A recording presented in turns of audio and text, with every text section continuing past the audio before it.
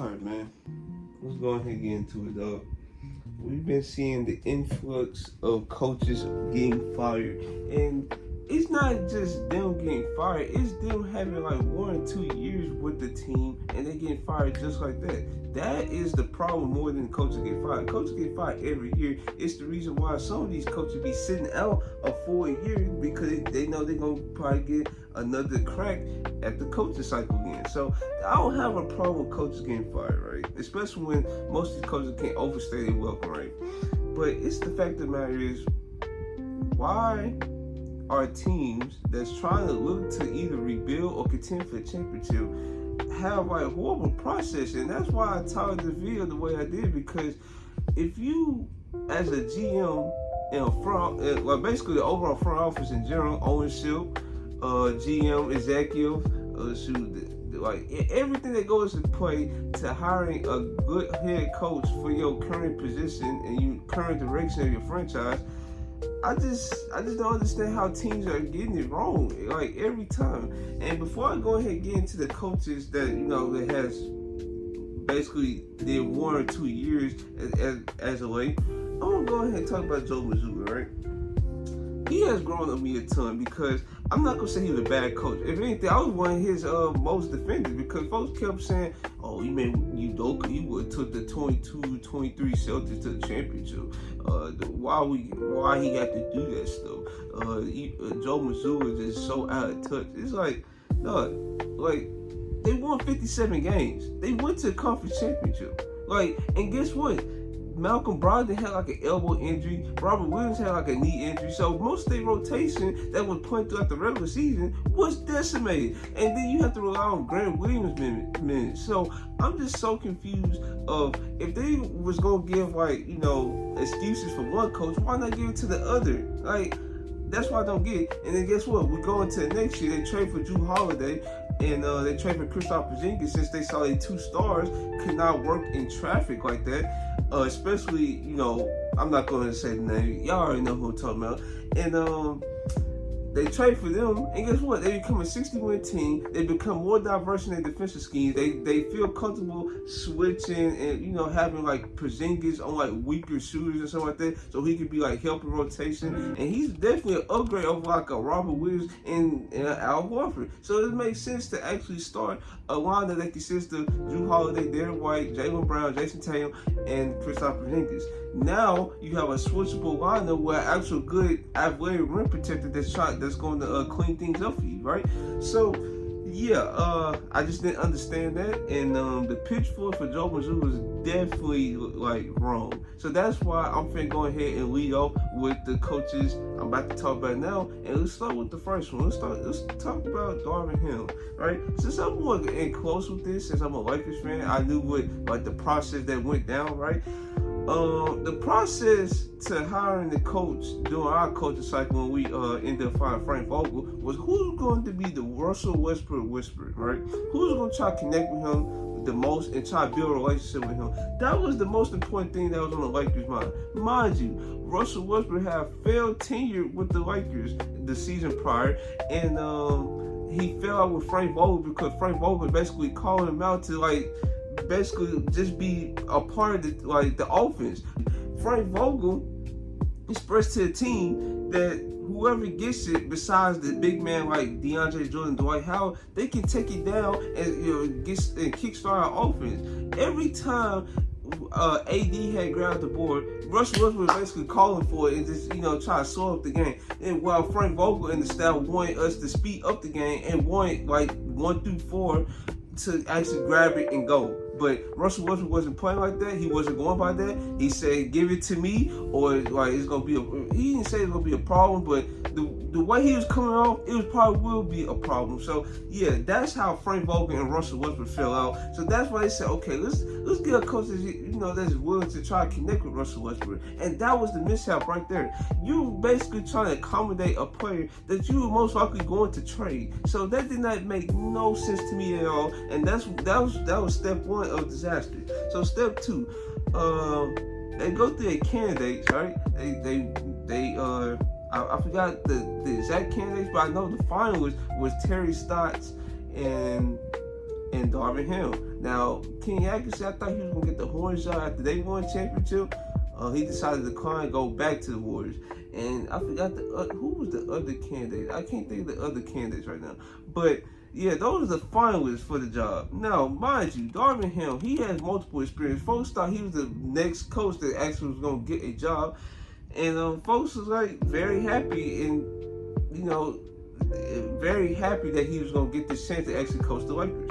Now, this is the next problem right here that I'm about to talk about, and that is letting him assemble his own style. Now, I understand the Lakers' job and was not in a good place because the way they did Frank Vogel, especially after just winning the final game of the season, the stars didn't play. It was like a team that basically was spearheaded by Austin Reeves and Malik Monk.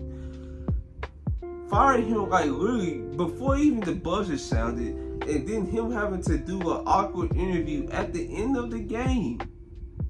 And yeah, that's why folks thought the reputation of the Lakers job was gonna be like not good. So that's why they basically had to bend over backwards and let Darvin Ham pick his own style, and it wasn't good. Now Chris Gent, I feel like with his shooting expertise and him like designing the plays, okay, that was pretty good. And besides that, who was the experienced member of the staff that was gonna help with rotation, substitution, scheme, pattern, and all that? No, nobody. Like as we about to find out, Phil Handy was a part of the offensive play calling. Chris Gent was a part of it. Darvin Ham, and then we had nobody that actually had a feel for a rotation. Nobody.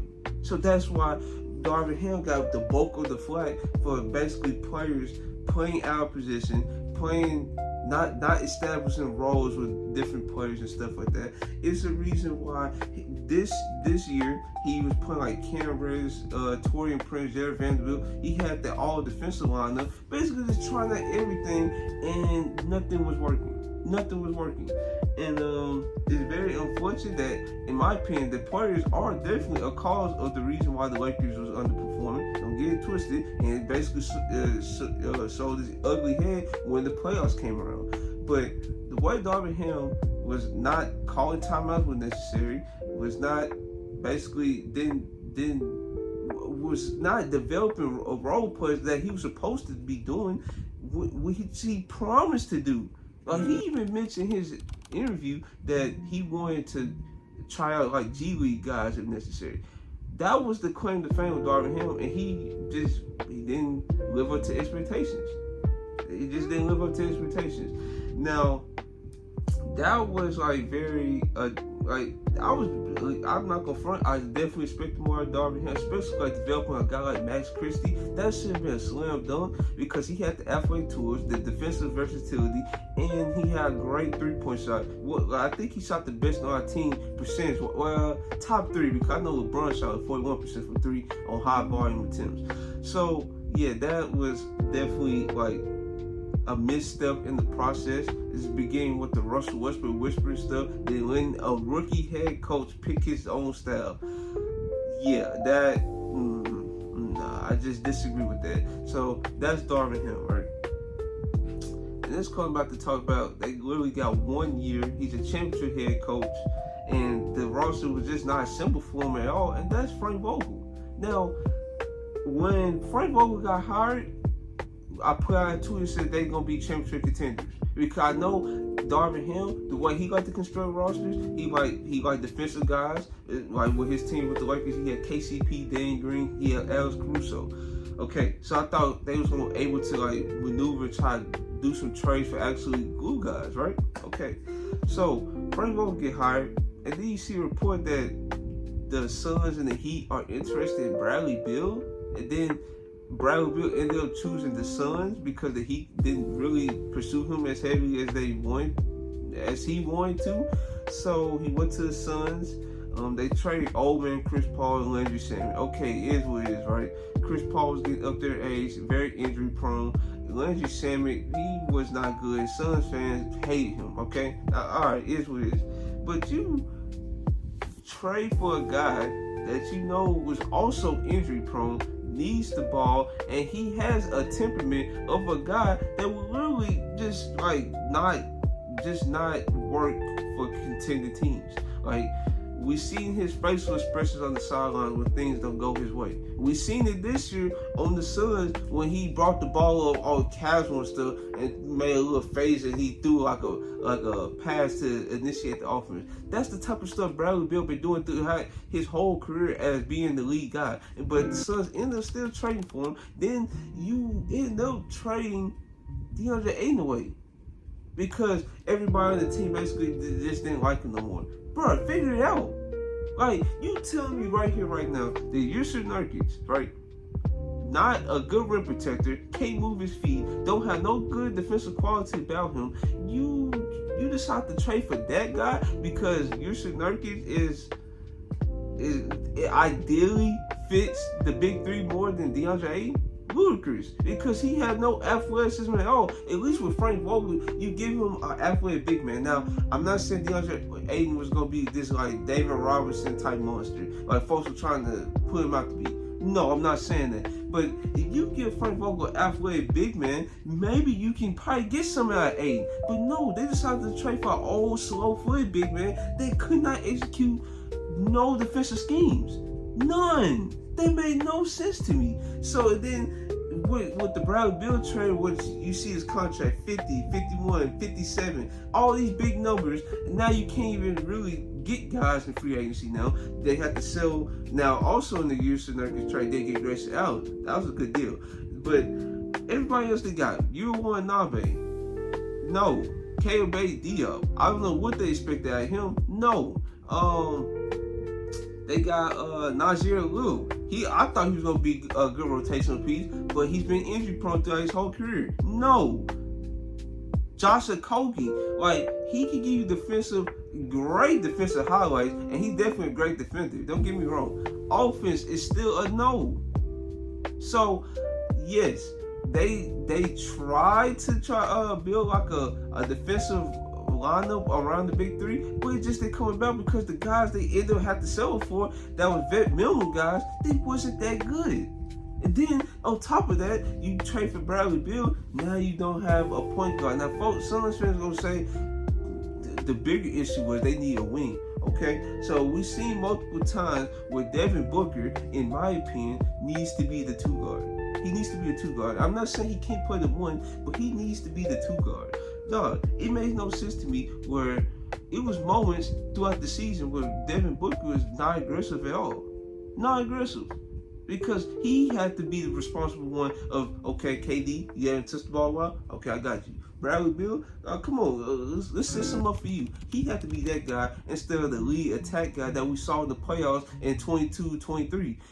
Give me the pin downs, let me create, let me initiate ball screens, looking to score instead of looking to score in pass. So, yeah, that was set up from failure from jump. Like, why would you get a defensive-minded head coach and build an offensively minded team?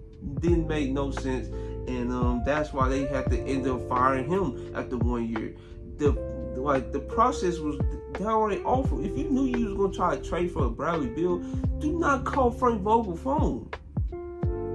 Don't do it. Now I understand things come about, but everybody knew that Bradley Beal was gonna be on the trading block. The fact of the matter is who was gonna be able to trade for him, and the Suns just let's pony up, let's trade out old assets since he got no trade cost, so let's make it easier for us. And yeah, they got him. But he was pathetic. He was injury prone, and then we got to the playoffs, he was pathetic. So that's why they had to fire Frank Vogel after 1 year, which is so unfair to him, but is what it is. I hope he gets another job in the future, whether it's assistant coach or he get another head coaching job. I don't know what it's going to be, okay? So that's Frank Vogel. Let's talk about Monty Williams. Now, this process absolutely did not make no sense to me. Absolutely not. So they went from Stan Van Gundy, and he made the playoffs a couple times, to Dwayne Casey because they feel like, okay, we're going to be in the next step of trying to make the playoffs and try to make it deeper in the playoffs with Dwayne Casey. but their roster was not set up for a team that was going to make the playoffs at all. They was set up for a rebuilding team. I did not think, in my personal opinion, that Dwayne Casey was going to be able to develop young guys. That was my opinion, and he didn't do that. Now, what I can say is Dwayne Casey, he won more games without Cade Cunningham than Monty Williams, who's supposed to be the better coach. He won more games without Cade Cunningham compared to Monty Williams with Cade Cunningham. So, like, no. And then, in my opinion, if you have a rebuilding team, you know you have a rebuilding team, why go after a coach that not only saying he's burnt out, not only does, you know, he's worried about his wife with the cancer diagnosis, and you pay him that much money? You pay him like a top 3 head coach money for no reason at all, when you could got a developmental head coach like the Thunder did with Mark Daigneault, or the what's another team, or like the Utah Jazz with Will Hardy. What? That did not make no sense to me, not at all. Especially if you're looking to try to develop young guys more. Then guess what Monty Williams did? He did not do that at all. Bro, he was trying to sabotage the lineup from jump. Cade Cunningham and why did I forget his name? I don't know why I'm blanking on his name. But the guard they drafted last year, bro, he was the 8th overall pick. I think his mom was the coach for the Grizzlies at one point. Now she's the coach of Notre Dame. I don't know why the name's still not clicking. But he ended up getting benched, right? Getting benched for a worse player in Killian Hayes. And mind you, after, like, midway through the season, Killian Hayes ended up getting traded, got released, and he did not sign back with an NBA team. And there's no telling if he's going to get another chance in the league. Maybe he has to take the Dante Exum route and play overseas to rebuild himself, then come back to the NBA. Because what we saw from him was not good. Not good at all. And he was playing him more minutes over the young guard I was just talking about. And then it was moments that he was playing like very big men over James Wiseman. What was the point of getting James Wiseman if that was gonna happen? Right?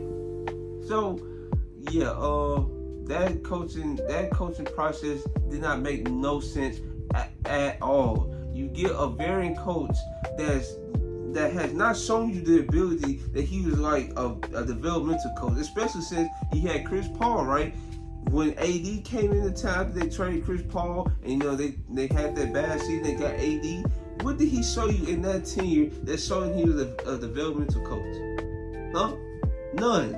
And then when he actually got with a team that's actually suited to try to win a championship, you see he was best utilized as that type of coach, not as a developmental coach. And then the fact of the matter is, you pay him that big of money. Now, I understand like coaching don't have like a salary cap. I understand that, but just out of your own pockets as an owner, to eat that sum of money, it's just ridiculous. It's just far ridiculous. But hey, it's not my money, so who cares? So yeah, that's basically the coaches I wanted to talk about that has been given 1 or 2 years to try to make something out of nothing. And to be honest with you, it's not even the coach's fault. It's the processing that's leading to coaches getting fired after 1 or 2 years. You have to know what you're getting into before you actually get into it, bro. It's just common sense, right? So yeah, hopefully you guys like this video. You see, I'm trying to be more consistent with the channel. I'm definitely going to continue to be more consistent. So if you guys like, comment, subscribe, and this is your boy Terrell, and I'm out.